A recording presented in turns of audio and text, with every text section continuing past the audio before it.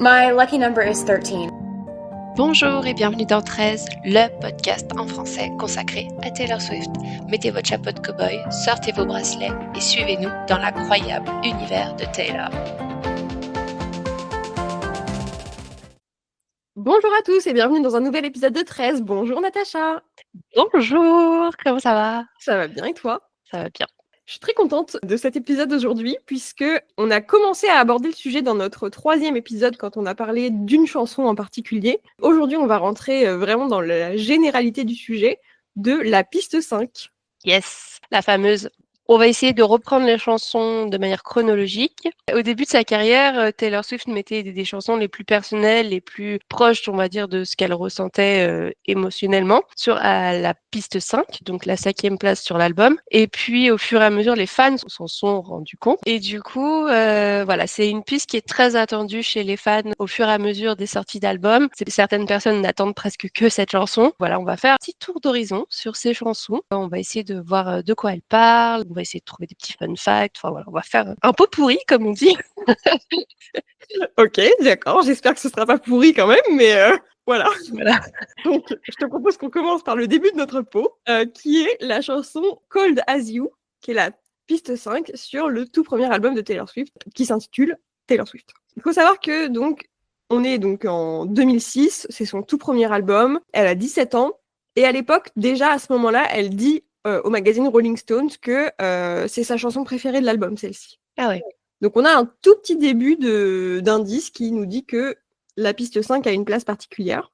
Et ce que j'aime bien dans cette chanson, c'est que déjà à l'époque, on a des influences de la poésie dans cette chanson-là, qu'on retrouvera de manière bien plus claire plus tard dans sa carrière. On a souvent fait des parallèles entre Taylor Swift et Shakespeare. Alors évidemment, il y en a toujours qui vont crier au scandale à dire que ça n'a rien à voir, que voilà, mais n'empêche que elle le prend quand même comme une inspiration et il faut le voir comme tel. Oui, parce qu'elle peut être reconnue comme une parolière, en fait, tout simplement, comme une personne. Exactement, et comme on l'a dit déjà à plusieurs reprises, l'art qui crée de l'art.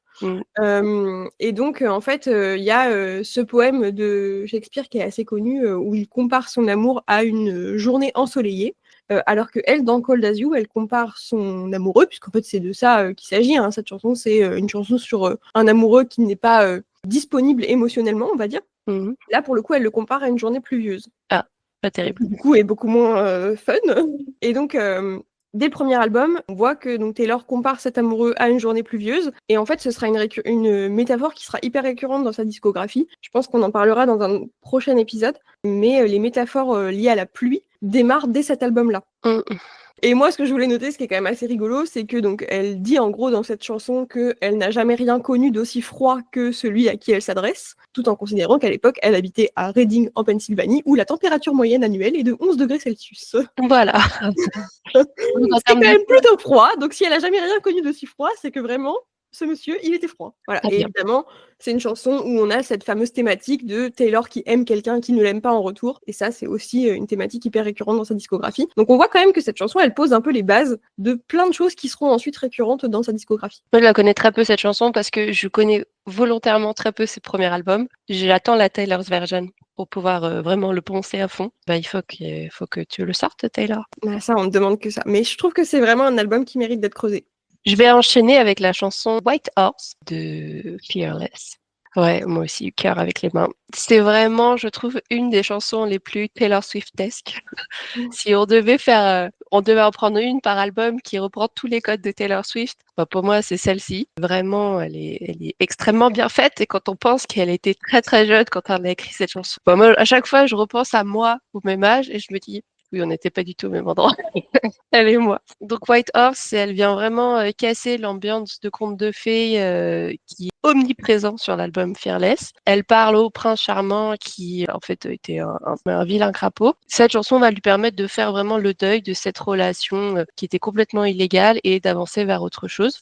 On a les grands standards, on a les sentiments universels, on a la métaphore autour du conte de fées et de la princesse, le pont qui soulève et qui vient envie de crier, de chanter, enfin vraiment tout y est. Un très bon fun fact autour de cette chanson, alors que moi j'ai appris, je pense que peut-être certains d'entre vous le connaissaient déjà, mais je vais quand même le soulever. Cette chanson ne devait pas être sur l'album à la base sur Fearless parce qu'elle trouvait qu'il y avait déjà assez de chansons tristes, mais Taylor avait rencontré pendant la production de Fearless les producteurs de Grey's Anatomy, qui était son show télé préféré. Elle leur avait joué une version acoustique de la chanson et ils ont voulu la mettre dans un épisode. Donc la chanson a été ajoutée à l'album. Et j'ai retrouvé une vidéo de Taylor qui saute devant sa télé quand la chanson passe dans Grey's Anatomy. Et je pense que c'est une des choses les plus mignonnes de la Terre, donc on vous le mettra. Un autre fun fact aussi, c'est que dans le clip, il y a un acteur qui est assez connu qui s'appelle Stephen Colletti, qui jouait Chase dans Les Frères Scott. Alors, je ne sais pas, moi je suis une grande fan des Frères Scott, donc s'il y en a d'autres ici, pourquoi pas.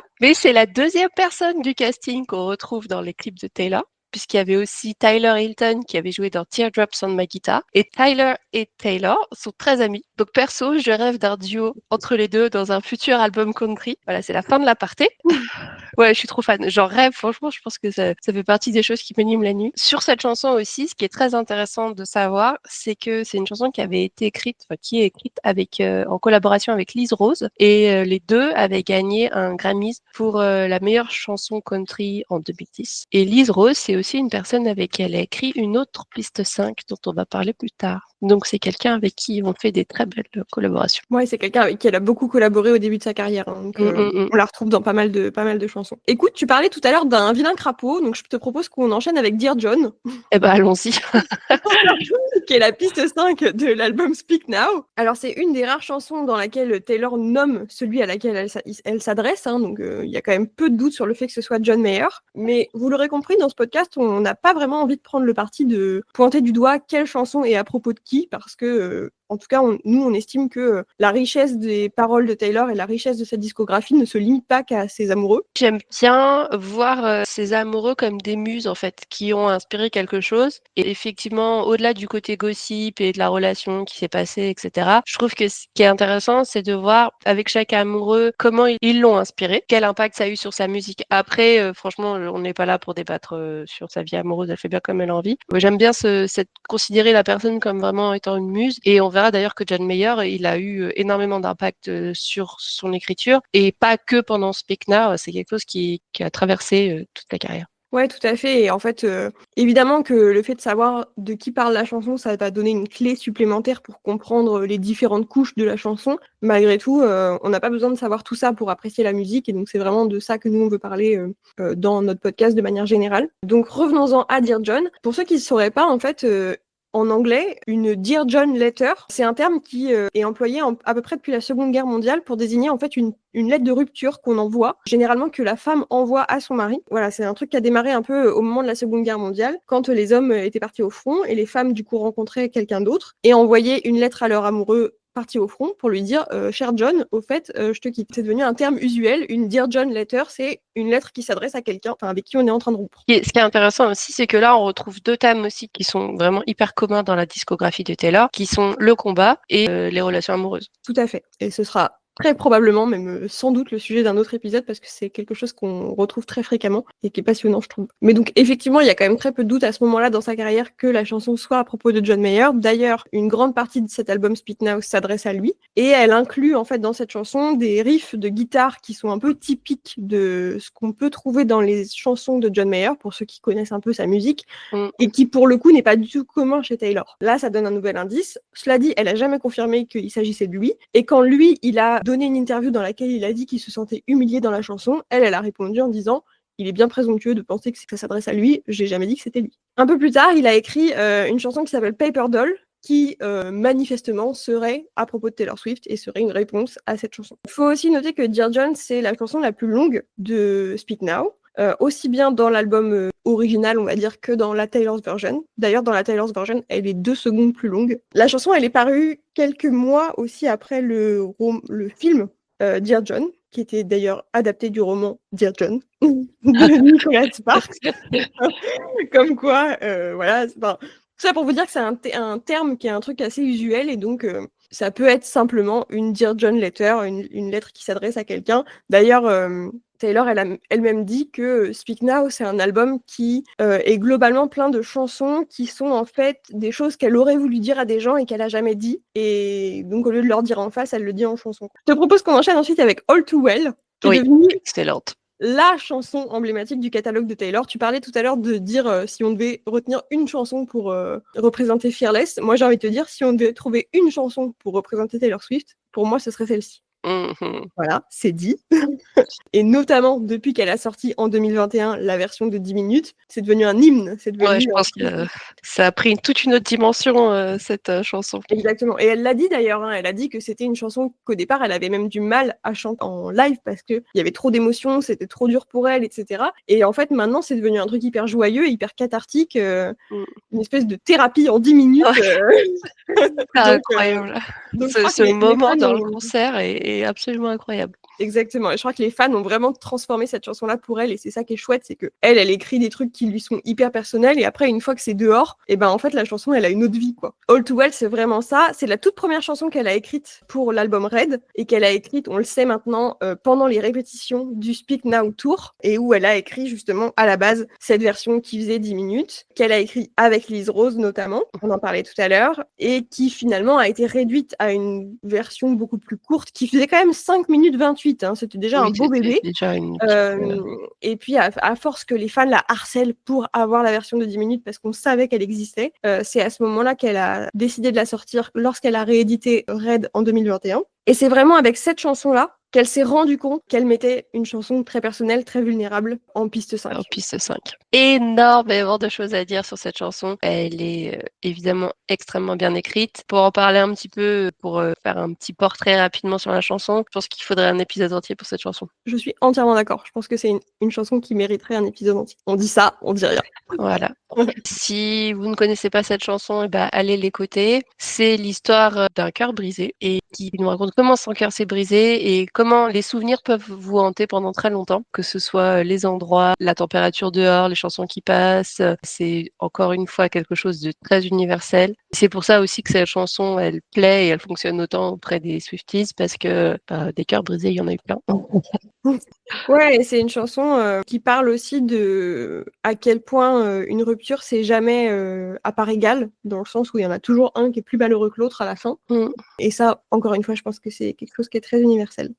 On s'attardera sur cette chanson plus amplement dans un épisode consacré. Ensuite, de toutes les pistes 5, on arrive sur 1989 et à l'image de 1989, la piste 5, All You Had to Do Was Stay, c'est probablement la plus pop de toutes les pistes 5 qu'on a, mais pourtant sous couvert d'un côté bien acidulé, le message est bien clair sur ce qu'elle a à dire. La genèse raconte que Taylor aurait été inspirée d'un rêve qu'elle a eu un matin où elle s'est réveillée et elle entendait ce fameux Stay, voilà, Très haut perché. très haut perché, qu'elle a voulu garder cette idée en disant qu'est-ce que je voudrais avoir si une personne devait venir frapper à ma porte, comment je peux faire pour te garder et il faut juste que tu restes. Elle dit aussi qu'elle adore quand les mélodies restent coincées dans nos têtes, que ça nous obsède complètement. Bon je crois que ça arrive souvent avec ces chansons, donc ça c'est déjà bien gagné. J'aime beaucoup cette chanson, j'aime bien cette histoire d'amour avec des personnes qui sont pas synchro et qui arrivent pas à se mettre d'accord sur le timing. Ce que je voulais dire aussi, c'est que cette chanson, elle avait été ajoutée dans certains concerts de la tournée 1989, mais pas dans tous les concerts. Pourquoi, je ne sais pas.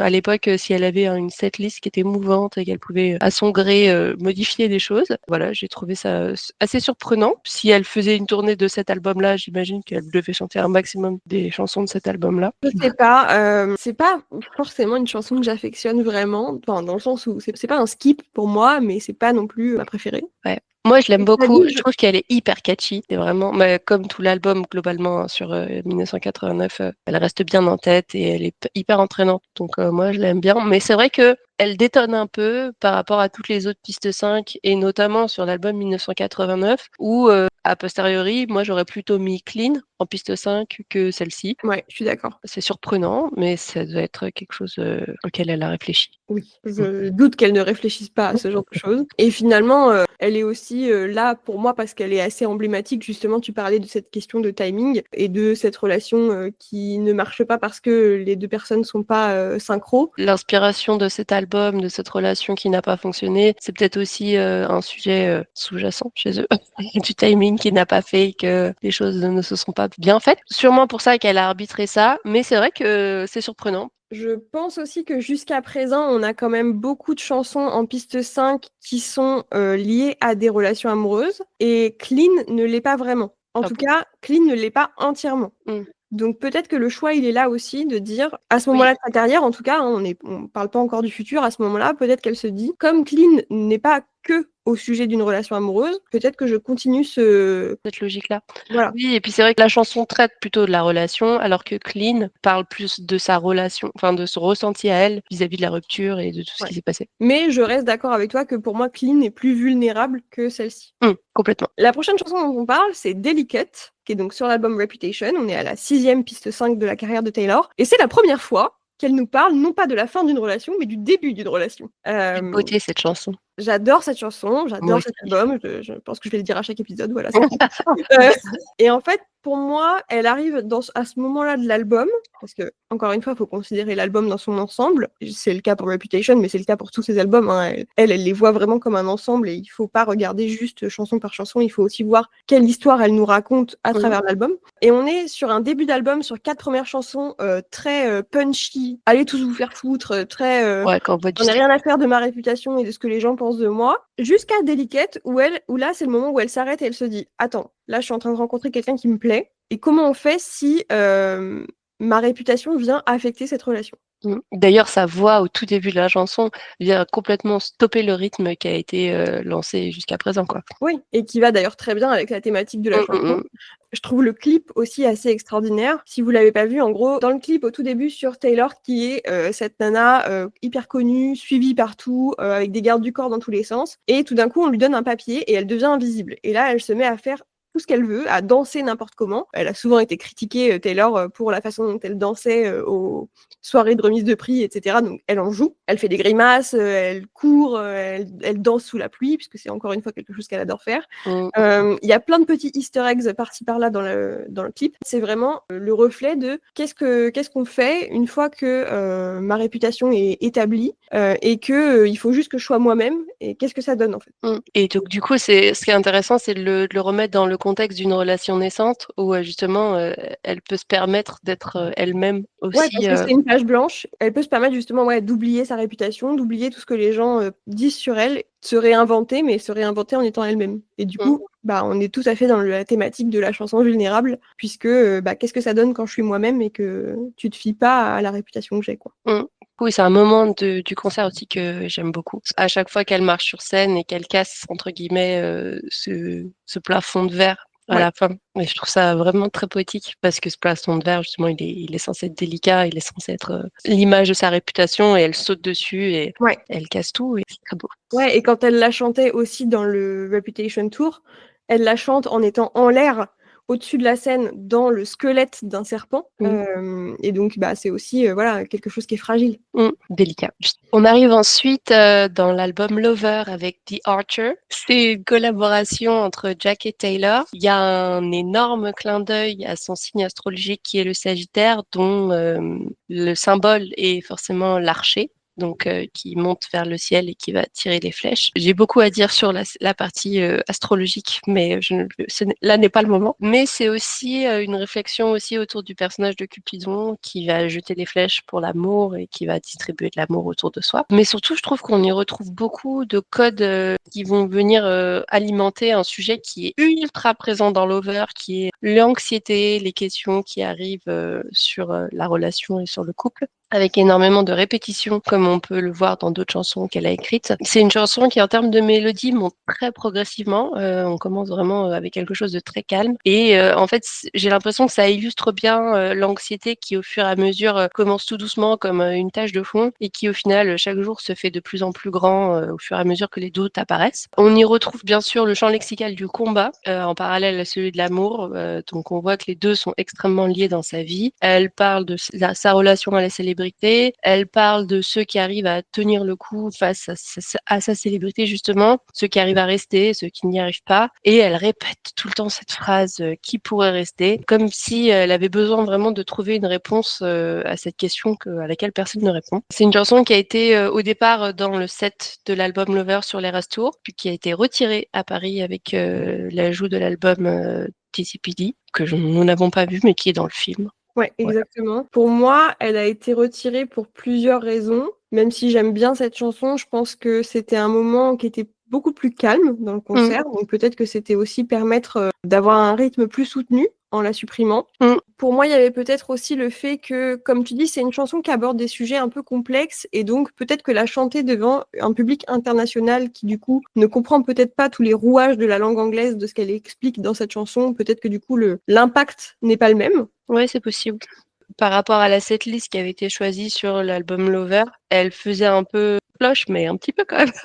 Elle était beaucoup moins gaie que les autres chansons qui avaient été choisies pour l'album. Donc pour moi, on est encore. Enfin voilà, pour moi, c'est aussi une question de ne pas casser le rythme. C'est ça. Et puis en fait, comme on commence avec l'album Lover, faut vraiment envoyer le spectacle tout de suite très très haut. Ouais. Et du coup, ça venait vraiment ralentir un petit peu. Et pour moi, ça avait du sens qu'elle s'en aille. Ouais. Je suis assez d'accord. En fait, pour moi, quitte à faire des changements, quitte à enlever des chansons, pour moi, ça faisait partie des chansons qui n'étaient pas graves à enlever, contrairement à d'autres. On y arrive. Et puis aussi parce que, en fait, Taylor, elle parle dans cette chanson de beaucoup de doutes, de beaucoup d'anxiété, comme tu l'as dit. Et en fait, elle arrive à ce moment-là de l'Eras Tour où elle est archi heureuse dans sa vie. Et peut-être qu'en fait, elle a pas envie de chanter cette chanson qui est hyper down et hyper déprimante et tout ce que tu veux. Parce qu'en fait, elle va bien et elle a pas envie de chanter Elle est cette contente, chanson. quoi.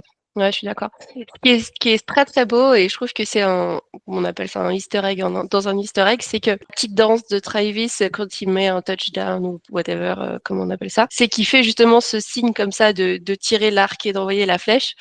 C'est vraiment le fil invisible, comme elle l'a déjà dit plusieurs fois. Ouais. On aurait voulu le faire exprès, on n'aurait pas réussi. Après, il faut aussi rappeler que Travis fait ça parce qu'il joue pour les Chiefs à Kansas City, dont le stade s'appelle Arrowhead, donc tête de flèche, donc d'où le signe de l'archer. Ceux qui ne seraient pas bercés dans la NFL. Ensuite, on a la chanson Mighty as Ricochet, qui est une autre collaboration entre Jack et Taylor. Ce qui est assez surprenant, c'est qu'elle avait confié dans une interview qu'elle avait écrit cette chanson en pensant à la fin d'une relation entre deux personnes à la suite d'un divorce, au moment où tout à coup, je lis parce que c'est pas moi qui invente, au moment où tout à coup la personne en qui vous avez le plus confiance au monde se transforme en celle qui peut vous faire le plus mal. Et j'ai écrit une partie de ces paroles après avoir vu le film Marriage Story. Donc c'est un film qui raconte l'histoire d'un divorce et un couple qui se déchire. La première lecture de cette chanson, elle est évidente, c'est une histoire d'amour qui se termine mal. On parle d'un couple qui se sépare avec une personne qui fait l'effort de détruire l'autre, et on voit bien que la narratrice, donc Taylor, elle s'exprime comme si elle ne faisait même plus partie des vivants, qu'elle en était morte. On est vraiment sur toujours cette relation victime-bourreau, enfin c'est quelque chose qu'on voit assez souvent dans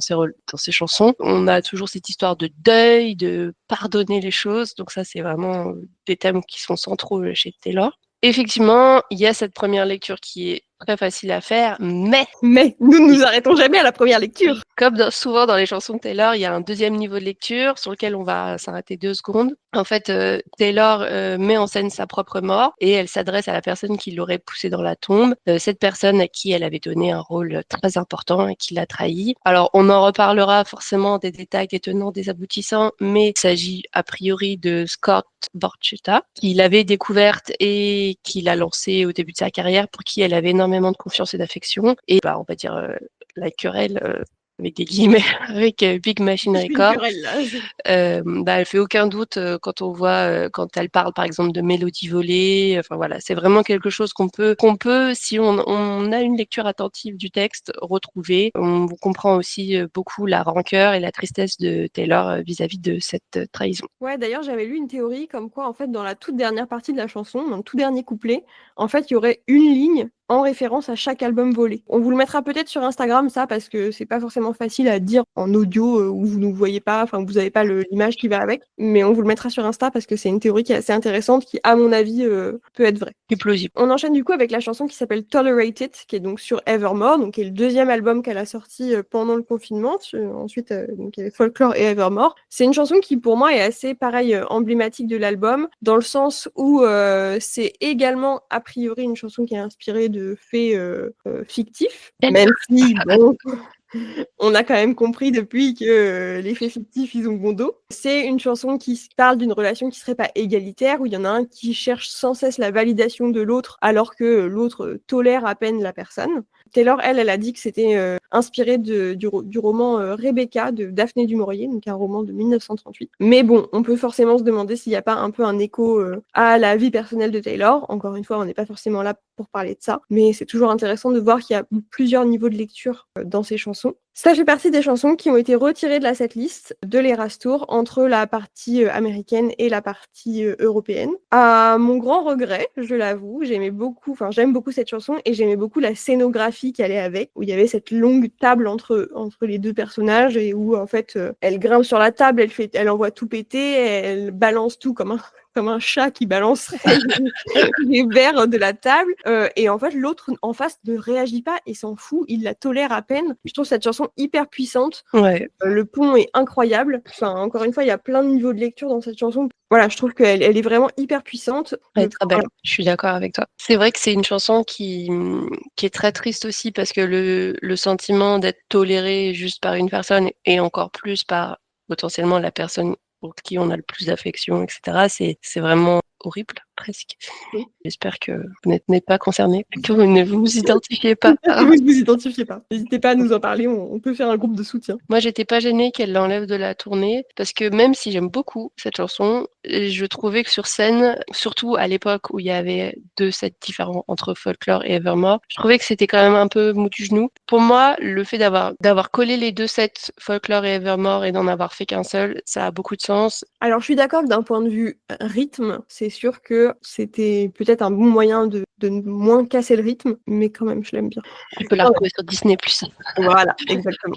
Ensuite, on arrive à l'album Midnights, qui est You're on Your Own Kid. Je veux pas trop m'attarder dessus parce qu'on a fait un épisode spécial, mais c'est devenu des chansons préférées des Swifties, emblématiques de la tournée. Alors à tort, elle n'a jamais fait partie de la setlist. Je l'ai déjà dit, mais je le répète, elle aurait dû être sur la setlist.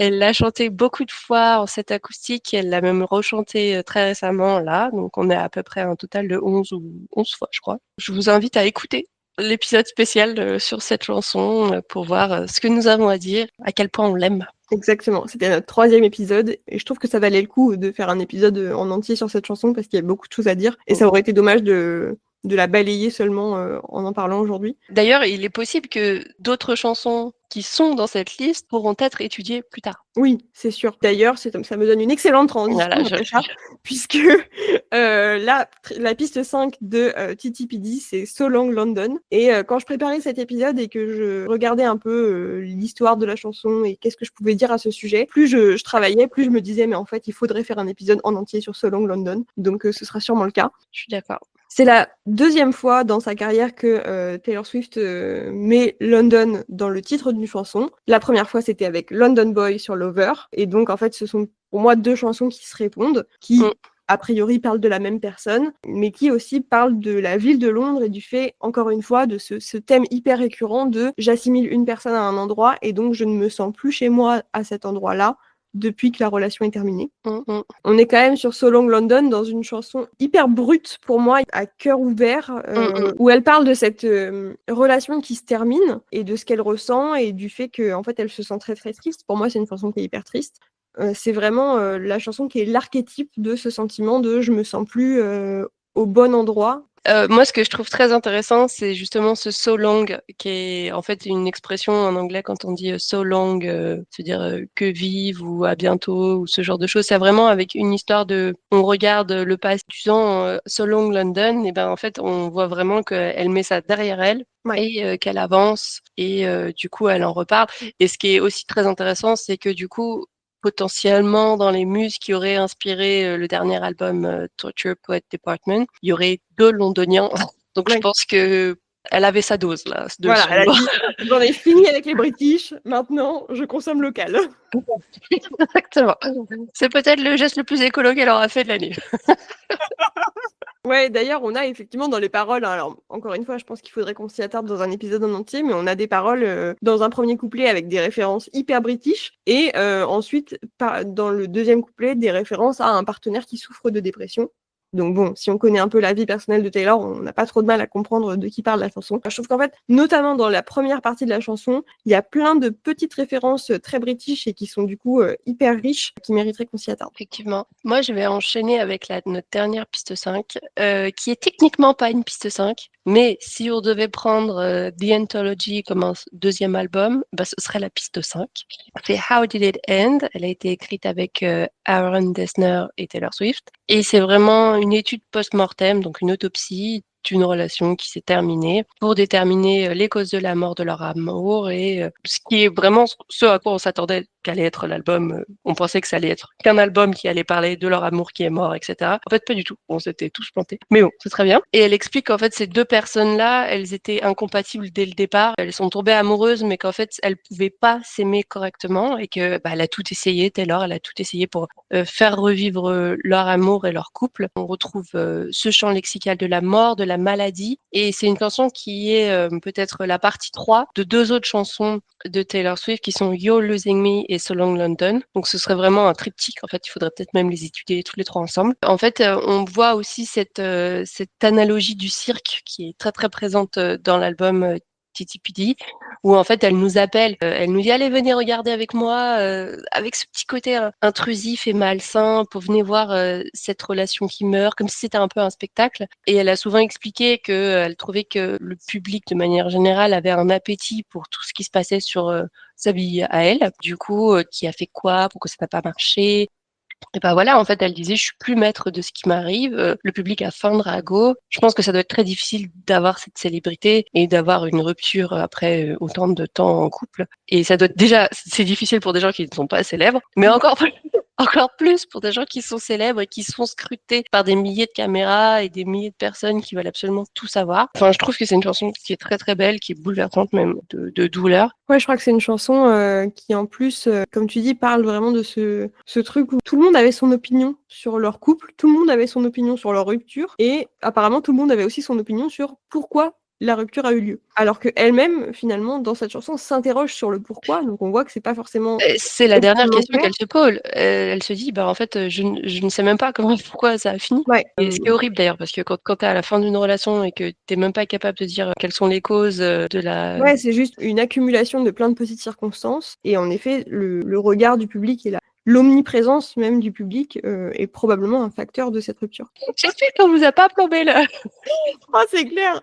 C'était un peu plombant cette fin d'épisode, mais c'est pas grave. Enfin, pour le coup, celle-ci, elle était très... Aïe, aïe, aïe. C'est pas grave. C'était quand même une belle journée pour parler de Taylor Swift. On espère que cet épisode récapitulatif vous a plu. N'hésitez pas à nous dire quelle chanson dans les pistes 5 vous souhaitez qu'on creuse. Bon, bah, je crois qu'Honorine, elle veut creuser All Too Well. Alors, Ah bon? vous aussi, si vous aussi, n'hésitez pas à nous dire. Si vous voulez qu'on les creuse toutes, on les creusera toutes, hein, mais n'hésitez pas à nous le dire. Bonne journée à tout le monde. Salut! À bientôt! Et voilà, c'était encore une belle journée pour parler de Taylor Swift dans notre podcast 13. Si cet épisode vous a plu, n'hésitez pas à vous abonner pour ne manquer aucun épisode et suivez-nous sur Instagram @13.podcast. Vous pouvez également nous écrire pour nous proposer des idées d'épisodes, des chansons analysées ou d'autres théories. Et d'ici là, à bientôt les Swifties. My lucky number is 13.